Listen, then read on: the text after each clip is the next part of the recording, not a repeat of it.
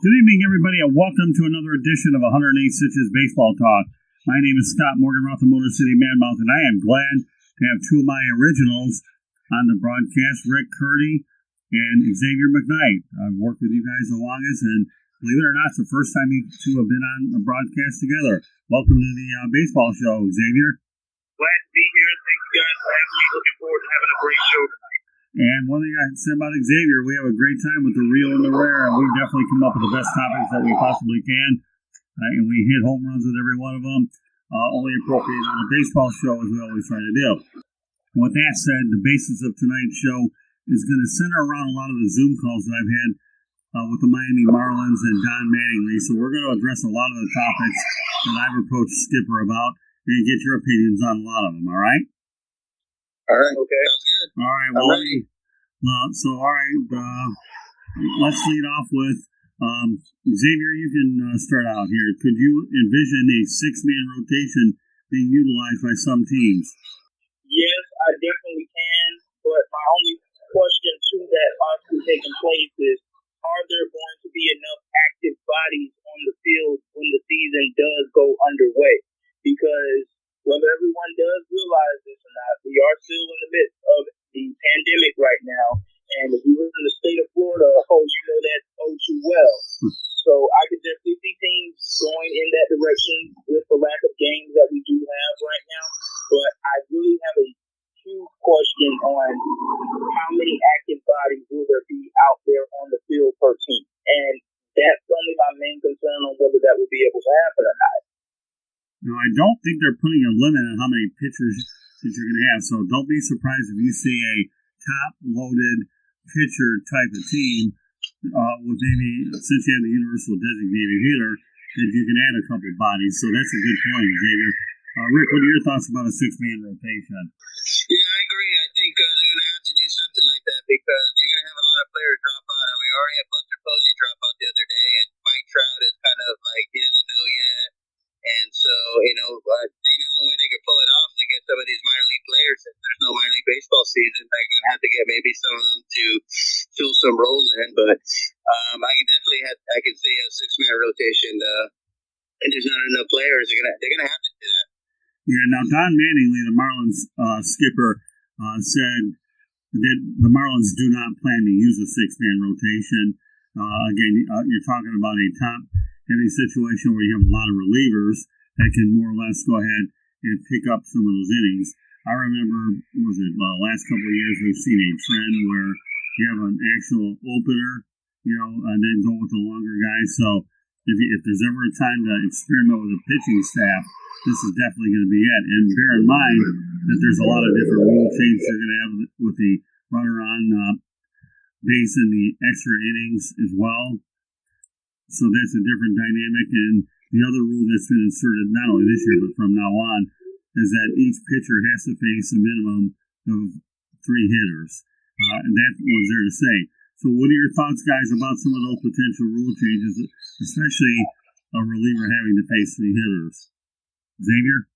Rick, you go ahead and you start off on this one. Okay. You know what?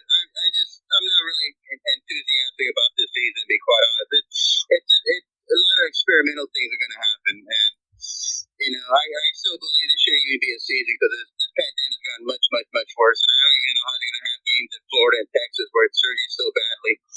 So, I just think they need to scrap this whole season and just focus on 2021. I don't like a lot of these changes. I hate the DH. I hate universal DH. Limiting pitchers to so many innings. Relying on your pitching release to take over, and to see so many players just drop out and not want to play. I mean, to me, it's just not worth it. So I'm not really happy with any of it.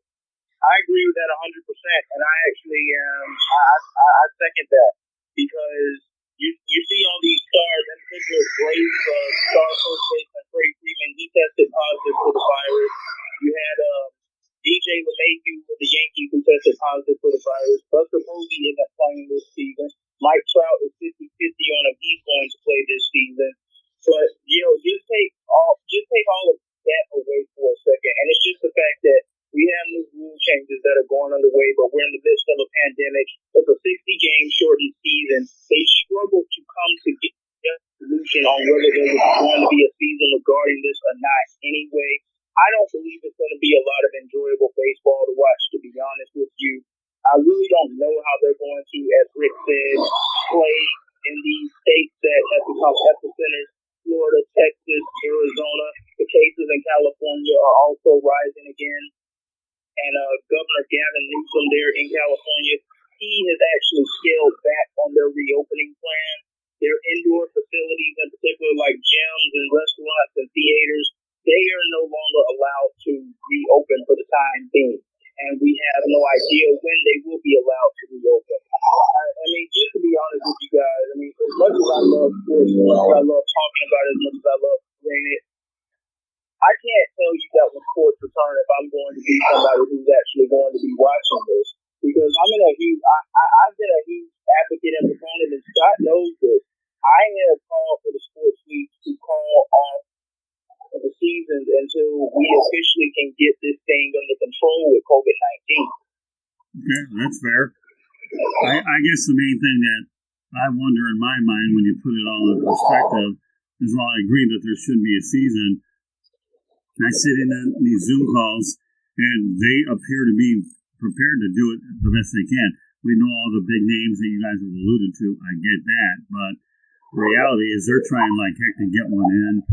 And whether they pull it off is another story, but we'll address that later on in the broadcast. But yeah, I mean, there's no question you have a lot of it is an experimental season. You'll see a lot of different rule changes that most people will see one time in the universal DH. So, I get that. So, would winning a World Series be meaningful in a short season? With that said, I know you guys are strongly about not having it, but let's just put the words meaningful in a short season, because Don Mattingly compared it to the College World Series, which doesn't have a lot of games. Now, again, he's the manager of a team. What would he expect him to say? We all know that, the college season's based on this amount of games to begin with. I mean, a trophy will be given out if one is handed out. An MVP will be given out, albeit we're looking at an Astros season. But let's keep into perspective about the meaningful fact of a short series. Winning World Series. You never know who will end up winning one for the first time. But go ahead, Xavier, you lead off with this one. I believe that the World Series winner this year will either be a very experienced team like the Yankees or the Dodgers, maybe even the Astros. The Nationals, they lost a big piece of their team in Anthony Rendon, but they could very well run it back as well. Or it could be one of those seasons where we see a team come up out of absolutely nowhere that ends up winning the trophy, just simply because of the circumstances that we're all under right now. Right, Rick? Have any meaning to it? I mean, what if someone hits 400? Is that going to count? Is that person going to be the guy that finally hit 400? Of course not. I mean, that's going to have such an asterisk on it. There are all these numbers that are going to have asterisks on it. It's going to say shortened season due to coronavirus. So, I mean, it's just not, people are not really going to care. I mean, big baseball fans, they're going to be happy to see it if we have a season, which I doubt. But if we do have crown a World Series champion, I don't think people are going to care, unless you're like a huge baseball fan, because, it's kind of like, it was just an experimental season, a lot of rule changes. It was weird. It was different. We didn't see a lot of the big stars. So, we just have to see, but, I can see a season for maybe 2 weeks, but then it's going to get worse and they're going to have to shut it down, to be quite honest. I just don't see a World Series championship team. Oh, well, that's fair. I mean, so obviously you're telling me that winning a World Series under these circumstances, Rick, I hear you, won't be meaningful. Is that correct? Right. I just don't think people are going to care unless you're like a diehard baseball fan or your favorite team won. But I think for most of the people, they're just going to be like, who cares? We're going through this craziness right now, and it's great to see baseball, but at the same time, it's like, okay, they won, great. Let's go back to let's get this normalized and let's have a real season, and then we can really crown a champion right now. Well, I mean, with all due respect, you are right about the 400 hitter, but that's not what I asked you anyways, just so you know. We know 400 hitter won't mean anything, especially with so many games. So that to me is not material for the question. The main thing is does a World Series championship mean anything? There might. I mean, whether we like it or not, a World Series champion will still get that championship ring. Will it be under tainted circumstances? Yeah. But don't tell that to the guy that's never gotten one before. That World Series ring is a World Series ring. I mean, he'll be excited and be happy, but I mean, it's a short season, and it's just played under different circumstances. But I just don't think people are going to really matter unless you're a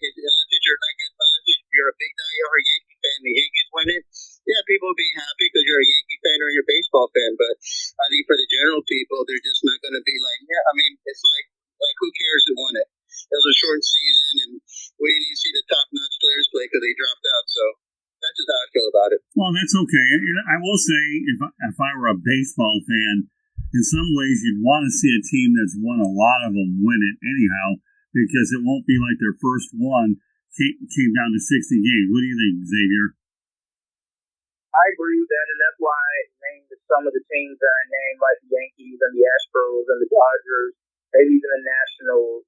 I'm not sure if I want to include the Philadelphia Phillies or the Atlanta Braves in there right now. Like I said, I mean, we don't know if Freddie Freeman's even going to play this season. And if he doesn't play, you're taking a huge part of Atlanta's offense out of the equation of that batting order. And with Philadelphia, yes, they did acquire more star power this offseason. Yes, Joe Girardi is the manager. But this team hasn't really had the proper amount of time to gel. So I'm going to stick with my World Series prediction, either coming down between one of those four teams right there, or I very well could be wrong, and we could see a team come out of nowhere and surprise everybody and win the World Series just due to the circumstances that we're in.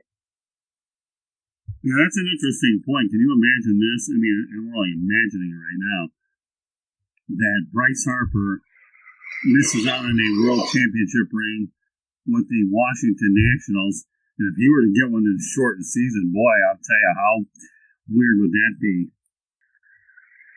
And I know one thing, Joe Girardi is very weird, but I mean, as I said, we're under different circumstances and we're all under different levels of unpredictability right now. Right. Well, that's fair. Yeah, the unpredictability is definitely it. So, all right, with that said, let's transition over to the universal DH. Do you think that this rule here is here to stay? Yes, I do, because it's been rumored to be coming to the National League, that rule, for years now, and I believe that whether this pandemic happened or it didn't, this was eventually going to happen anyway, and I believe it's a very good thing for baseball, having the designated hitter on both sides of both leagues. It's going to help the game progress and go forward and bring more offense to the game, and we know that, as the old saying goes, hit big the long ball. There's more of a chance to see more of the long balls being hit out of the park. So I see this as nothing but positive. Well, it's funny how you say that, because when I asked Don Mattingly about it, yeah, he definitely thought it was inevitable in a couple of years.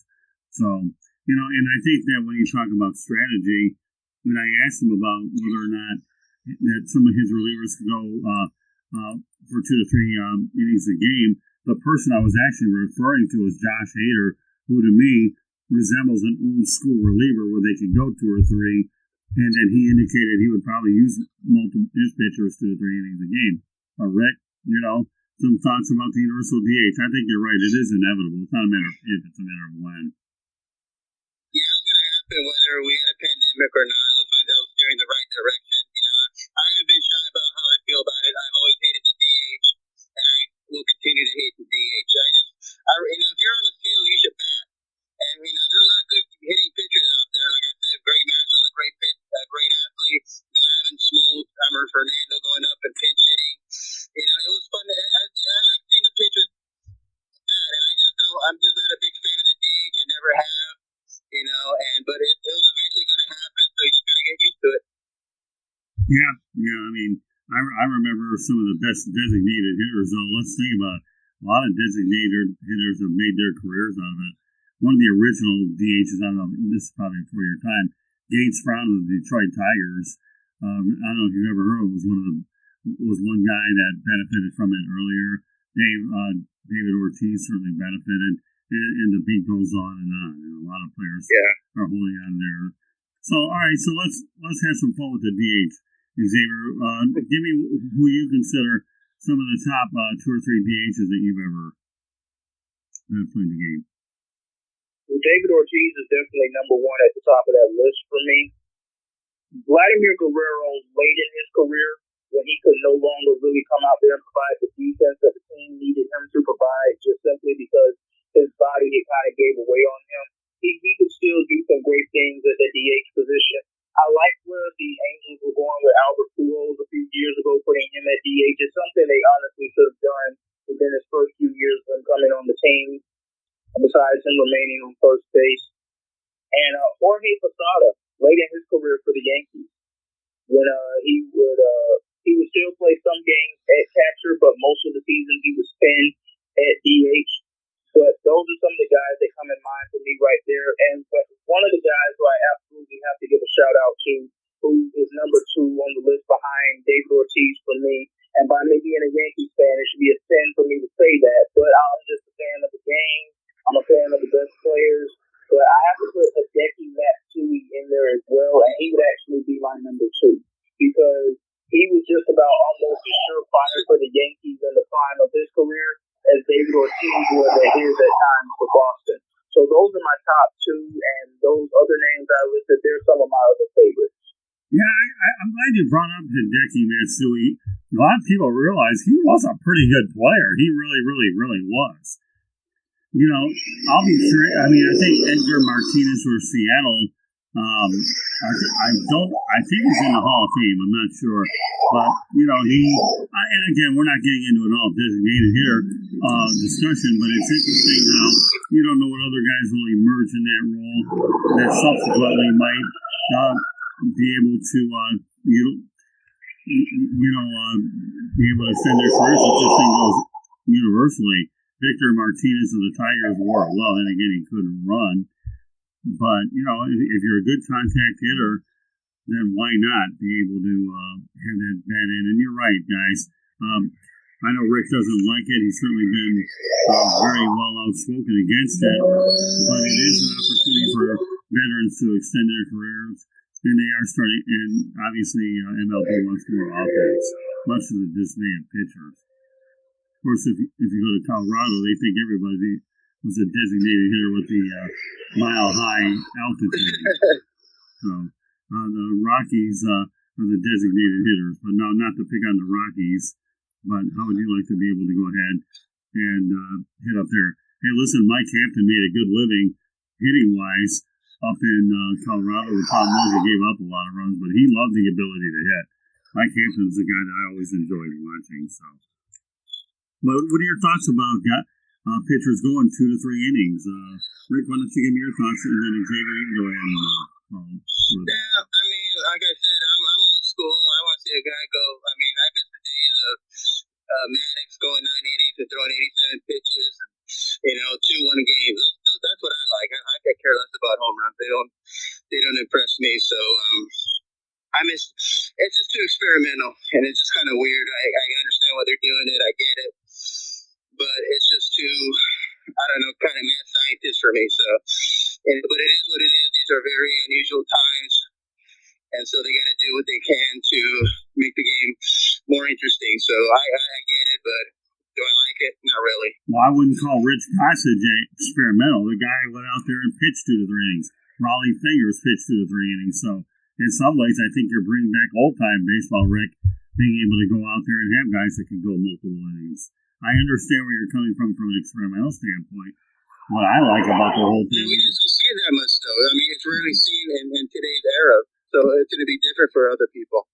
Yeah, but who's to say that we may not see this down the road, Rick? 2 to 3 inning relievers. Josh Hader, to me, is old school. He can go out there and pitch in any era. What do you think, Xavier, about all of this? I'm a little 50-50 on all of this, because I understand what you're saying when you bring up guys like Raleigh Fingers. I'll bring up another one for you, Dennis Eckersley, a great relief pitcher during his time in the league. He was, I believe he was even the American League MVP one year coming in that position, if I'm not mistaken. Yes. Yep. So I definitely understand what Scott's saying there, but I'm also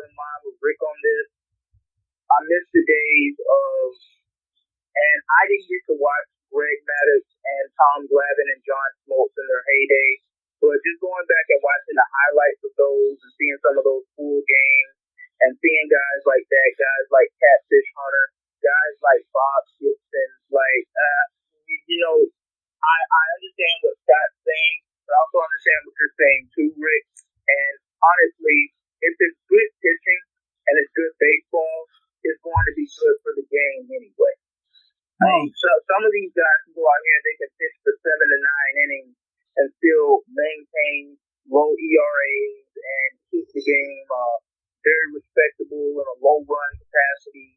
But I understand the guys who have to come out there and pitch those 2 to 3 innings and be very effective with it. We saw Madison Bumgarner do that in the 2014 World Series, in particular in Game 7. He came in and pitched for about 2 to 3 innings and helped secure that World Series for the for the San Francisco Giants. Excuse me. That's the third World Series that they won in the previous decade. But I get where both of you guys are coming from with that, but I don't have a particular side when it comes to that. When it comes to pitching, I just enjoy great pitching, whether it's coming from the starters or whether it's coming from the relievers. Well, I mean, let's not kid ourselves. I've always been a firm believer that I love complete games. One of my heroes growing up was Mickey Lolich. And Mickey Lolich, to me, even though he never made it into the Hall of Fame, and I think Mickey Lolich should, let's not forget the fact that, as Xavier McKnight just mentioned, outdueled Bob Gibson in the 1968 World Series and won 3 games. And what does he have to show for it? The Rodney Dangerfield, I don't get any respect, but I wish there were a lot more complete games. I really do. I think but nowadays, the game is aimed towards specialization. You might even get Rick Curti to agree on that one, right, Rick? Complete games? Now we're talking Curti's language, right? I miss complete games. I miss high batting averages. I miss stolen bases, which is another lost art. And all people want to do is hit home runs. They're happy with 50 home runs and a 221 batting average. Go figure. Yeah, Rob Deere, remember him? Oh, Rob Deere. Dave Kingman, yep. Yeah, Rob Deere. What about you, Xavier? Well, for me, one of my favorite complete game pitchers that I've ever watched. And once again, by me being a Yankees fan, this is going to sound like a sin, but like I said, I'm a fan of the game and I respect the greats of the game. John Lester, especially in the postseason, he could come out there and he could give 6 to 8, if not the full 9 innings, and he just come out there and do his job and do it well. Andy Pettitte, one of my all-time favorites. That's pretty much where the list stops for me, because we aren't too far removed from guys who would come out here and give us complete games. Clayton Kershaw did fine before he started to suffer those nagging back injuries that he's been suffering from for the past few years. And don't get me wrong, he still makes a great deal of his starts now. But, we've seen in the past few seasons where he'll miss some time being on the disabled list, or he'll start the season, then he'll have to go on the disabled list because there's something going on with his back. But Clayton Kershaw in 2013, 2014, around that time, he was one of those complete game pitchers too. Well, at least he was in the regular season, I should say. Well, don't leave out Roy Halladay. My goodness, he could have pitched in any era. Roy Halladay was a fine pitcher. I'm glad he's going in the Hall of Fame, albeit he passed away due to tragic circumstances. But if there's ever a guy that I thought resembled old school, he was definitely it. So I'm glad that, again, you guys are right. The universal DH is just a matter of time. But I'm like you, Rick. I wish that pitchers could hit. You have a lot of double switches and strategy there, the way it used to be played. But unfortunately, this is just a much different era than anybody can ever imagine, or they're tinkering with too many things. So let's talk about the unusual season. Okay, spring training. Don Manning was telling me they had 5 days to report before, then you're playing games. And now we got 10 games where they're actually fortunate enough to play 2 exhibition games. You have all these protocols where you're putting players into smaller groups. And he said they're going to have a lot of players. A lot of his players actually came in shape. So kudos to the players, at least they came in shape. And then a lot of his pitchers were actually throwing 75 to 80 pitches. So I think because you had summer camp versus, spring training. So let's put into perspective about the unusual season and all the things that we're seeing during these camps. All right, Rick, the unusual season you don't want, but still give me an opinion on it anyways. I know. Like I said, it's going to be very interesting to see what happens. We'll see how great shape these athletes really are. I mean, I hate to see them cramp up when it's hot and they get dehydrated. It's just those are going to be rusty. It just takes a while, and it's a short season. So, like I said, it's just a lot of unknowns that we don't even know who's going to be playing. I think you're going to see a lot more players drop out. And they're going to have to get the minor league players to fill those empty spots. So I understand what Don Manley's saying. He loves baseball. He's the brand of baseball, and he's got to say, be PC about it because he's promoting baseball. But it's just a lot of unknowns. So we'll see what happens. But I want to see how great a shape these athletes really are because, they're going to cramp up. And that's understandable because they haven't played in a while. They're going to be rusty. So we'll just see what happens. All right, Xavier, some thoughts about the unusual season where, once again, I'm sorry, go ahead. I basically second everything that Rick just said. It'll be great to find out how great shape many of these athletes are in, but at the same time, the uncertainty of everything makes all of this really, really uncomfortable just to get ready to happen and take place. And I believe we're going to see a lot of minor league players this season. Just simply because I know that these leagues are trying to put these players in bubbles and in certain environments to try to keep them away from COVID-19 as much as possible. The problem is they can't do that because COVID-19 is literally everywhere. And there's no way of slowing this thing down right now that we know for sure. So it's going to be a very interesting season. And I'm actually very curious to see how everything is going to play out.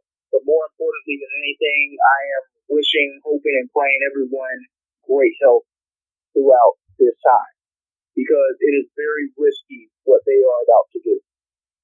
Yeah, well, that's for sure. All right, now the one thing we've been talking about, now we'll finally get to it, is indeed you've already made mention of Rick and Xavier, Ryan Zimmerman out. David Price out, Mike Trout on the fence, plus Rapose's out, DJ LeMahieu got diagnosed. So, all right, guys, it's your opportunity to put in perspective about that more bigger names will indeed drop. Yeah, I see more games dropping. I actually don't see Mike Trout playing this season. I mean, he's 50-50 on it. His wife's pregnant right now. He's a young guy. He's got more money than all of us combined that we'll ever see. He could take 1 year. He could take 2 years off.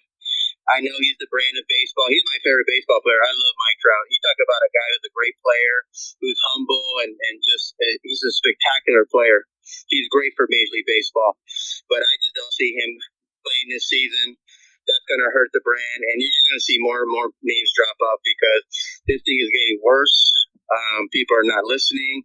People are not wearing masks. People are not social distancing.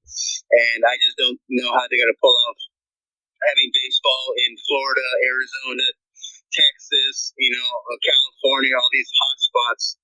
And this virus doesn't care whether you're rich or poor or anything like that. It don't discriminate. So you're going to see a lot more players drop out, and they're going to have to use minor league players. Sort of like the NFL season when they use the scout players. It's going to be something like, maybe not to that extreme, but you're going to see that. So, if I was a Major League Baseball player, I will say no way I'm going to play this season. So you're going to see a lot more names drop out. The question is, who are going to be the people who are going to drop out? All right, so Xavier, let me ask you this, now that Rick's talking about that. When Mike Trout makes a decision and he decides he doesn't want to play, if indeed that's what it is that where this whole season's going to come unglued and crumble once the big domino? See, Mike Trout, to me, in this equation is the equivalent to LeBron James. Now, we know LeBron's committed to playing with the NBA. Of course, they're further along in the process where they're towards playoffs compared to the MLB, which hasn't gotten off the ground yet. But is Mike Trout the one that will swing things the other way, Xavier McKnight? I believe it definitely could. Now, here's what I'll say in terms of that. I believe they're going to try to play no matter what at this point now that they're actually back to practicing. I believe they're going to try to give this an attempt. And people who are very big, diehard baseball fans are going to watch the product no matter who's out there playing. They'll turn on the TV and they'll watch this, no matter how some of this stuff may come off looking. And I don't want to disrespect these athletes because they work very hard at what they do and they put great time into their craft. But we're fooling ourselves if we don't think we're going to see some unwatchable play at times. And that goes for any league in any sport that is trying to come back in the midst of everything. They haven't had proper practice time. They haven't had the time to really develop that team chemistry. And everybody's head is not going to be 100% into the game. You have this pandemic that's going on, and people are going to be worried about their health, their well-being, their families, their health, their well-being. But Mike Trout deciding not to play, it very well could have the LeBron James effect. The only reason I can't say that for sure is because Mike Trout is the best player in baseball, and as Rick said, he is my favorite player to watch as well. He is great for the game of baseball. But how many casual people out there know who Mike Trout is? That's the question that I have in all of this. Because if LeBron James decides not to play, then yeah, the NBA's plan is pretty much scrapped. And that's because everybody knows who LeBron James is. From a diehard to a casual to somebody who doesn't even watch the game. There are many casuals and people who don't watch the game of baseball who don't know who Mike Trout is. And this is simply through no fault of his own. He's on a team that hasn't done a very good job of winning when it matters the most. He sat at home for most of his career in the postseason. And the one time he did make the postseason, it was an absolute embarrassment how the team came out and played against the Kansas City Royals in 2014. So I can't say that it's going to have the exact LeBron James effect, but I believe no matter who decides to sit out at this point, baseball is going to try to give this thing a go, especially when you factor in that they have the minor league players who they can fall back on. And some of those guys, if not most of those guys, are going to want to play just simply for the fact that they don't have a baseball season to go play in. So, and you give them a chance to come up to the big league, no matter if it's a 60-game season in the midst of a pandemic, and you may want to put an asterisk on everything, no matter how everything plays out. No, this is their time to shine. So, I'm not sure how this thing is going to play out, but Mike Trout deciding not to play. Now, here's what I do believe will happen as a result if Mike Trout decides not to play. I believe it will lead to more of the other star players in the league deciding they may not want to play. Right. That's what I do believe. But is it going to lead to this whole plan crumbling down? No, I don't see that. Now, I will tell you this, and you'll never hear this term in any press conference except this year. When a manager talks about soft tissue, okay, because after all, that's what we're dealing with, the soft tissue during a press conference. That's when you know you've got one heck of a challenge under it. And you know what I mean, Xavier? You know, the soft tissue only applies to COVID-19. Then you got issues. But yeah, I agree. I think that if Trout decides he doesn't want to play, a lot of bigger names will definitely drop off. But again, you're talking about a player pool of 60, 30-man roster, so you have more and more people that can actually be available to you. So one of the things that Mattingly tends to suggest a little bit is I've got 30 in Miami, I got 30 in Jupiter, and anybody that's in Miami will probably likely make the roster, but don't kid yourself. The road down I-95 is one COVID test away to bring in another one. Without a doubt. So, all right. So I guess when we talk about the fact that Ryan Zimmerman made the COVID plunge, David Price, Buster Posey, Jay LeMahieu, who knows what's going to happen, whether he's ready to go. There's still be a lot of, I think that if I were pulling for a World Series champion, I would go along with you, Xavier. I'd want a team that's won many of them. So that way, you know, say for instance, Yankees win another one. World Series number 29, or 28 won't even matter because nobody will pay attention to the asterisk, will they? Because they have so many of them, so you bury the asterisk. You follow me? Yes. What about you, Rick? Yeah, I can see a team like the Yankees winning it all. Sorry, Xavier.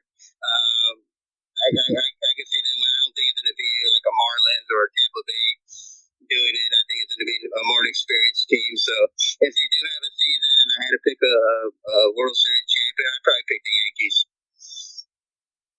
What about you, Xavier? I'm going to go ahead and pick the Yankees as well. And this is not just because I'm a diehard fan of the team, but just simply because they've been knocking on that door for a while now. And the fact that they will now come into the season, barring anything happening before the season happens, with a healthy Giancarlo Stanton, a healthy Aaron Judge, and we'll have to see what happens with DJ LeMahieu. But I'm very encouraged by the fact that Garrett Cole is in practice right now, and he is absolutely just looking in prime form. So I believe the Yankees will be the 2020 World Series champions. Fair enough. Okay, so it doesn't hurt that you got Giancarlo Stanton, Aaron Judge, and Garrett Cole. The beat goes on, and healthy DJ LeMahieu. They are definitely equipped for a sprint, that's for sure. So with that said, I'll give you an easy question. Pretty straightforward, and we'll go out and let everybody promote what they do. All right. Does this season actually start, Rick Curti? Does the season actually start? Yeah. No. I mean, I'll say this. They're going to get it to start no matter what. No matter what happens, they're going to get it starting. I think they'll play for 2 weeks. Somebody's going to come down with it. You're going to have a rash of it, and they're going to shut it down. Xavier? Sadly, I agree with that point as well. Just because of the reality of what we're dealing with. So you believe it will? Yeah, I think it will. I might be a little bit more optimistic that they could get it into October, but a little, not a lot optimistic, you follow me? Because I understand the testing procedures. If it does reach a finish, it's only because you've got 60 players to work with. 30 and 30, you follow me, is what you've got. Uh-huh.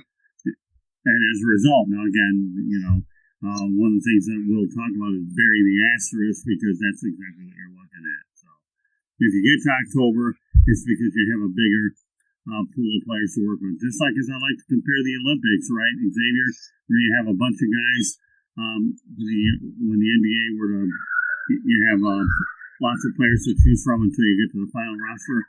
I would liken that situation to here. Obviously, a much different scale, for sure. All right, guys, I know that these are not easy things to talk about, but the reality is baseball is back for now, and the question is, how long will it go? They're not discounting the MLB package at all. They're going to, they're going to charge it a full price, but I think that they should at least go ahead and give it away. But then again, they need every dime they can get. Therefore, they won't. But I'm not getting it. I'm only going to watch the local teams that I have a vested interest in that. With that said, okay, good job tonight. Rick Curti, why don't you lead off and let everybody know how they can go ahead and get a hold of you? You can contact us on our website. It's www.charlottebats.com. We have an email address at cltbatsbaseball@gmail.com. You can contact me on there as well. I'm also on Facebook at Charlotte MLB. I'm also have another Facebook page, a fan page, Charlotte Bats Baseball. You can contact me on Instagram at Charlotte Bats, and I'm also on Twitter at Charlotte Bats Baseball, and I'm also on LinkedIn at Rick Curti. You can contact me on any of those social media sites. You're up next, Xavier, the X-Man. You can follow me on Twitter at XTMCKNIGHII. The two I's at the end are capitalized. You can follow me on Instagram at XMCKNIGH22. You can send me a friend request on Facebook and also a follow request on LinkedIn just simply by typing in Xavier McKnight. Well, don't forget, Xavier, that you are my co-host on The Real and the Rare here on the WSAN Network as well. We run that show twice a month. We get through some of the tough topics for sure. And as for us, you can follow us on Twitter at Tribune South, Facebook Like our South Florida Tribune page to get all the updates necessary. Instagram, South Florida Tribune gets it done. Have a YouTube channel that will get more and more active when COVID-19 goes away, if it ever does. I just have to find my spots when to use that. You can subscribe to that on South Florida Tribune. Our website is www.southfloridatribune.com. We have a lot of good content for our media distribution partners, our columnists, and of course you can find the broadcast on there as well. Email us at southfloridatribune@gmail.com. You can also find me, Scott Morgenroth, on LinkedIn, and I'll be more than happy to accept your contact. You are listening to 108 Stitches Baseball Talk.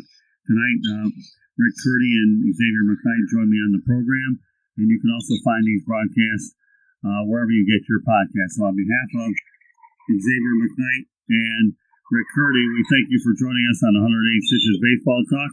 Until the next broadcast, good night and good job, both of you guys, and we can only hope that everybody out there, please be safe, mask up, do whatever you've got to do to make sure you're protected, because this virus appears to be getting worse, and it may get worse before it gets a lot better. So good job, guys. Appreciate you in on the broadcast. Thanks, Scott. Thank you.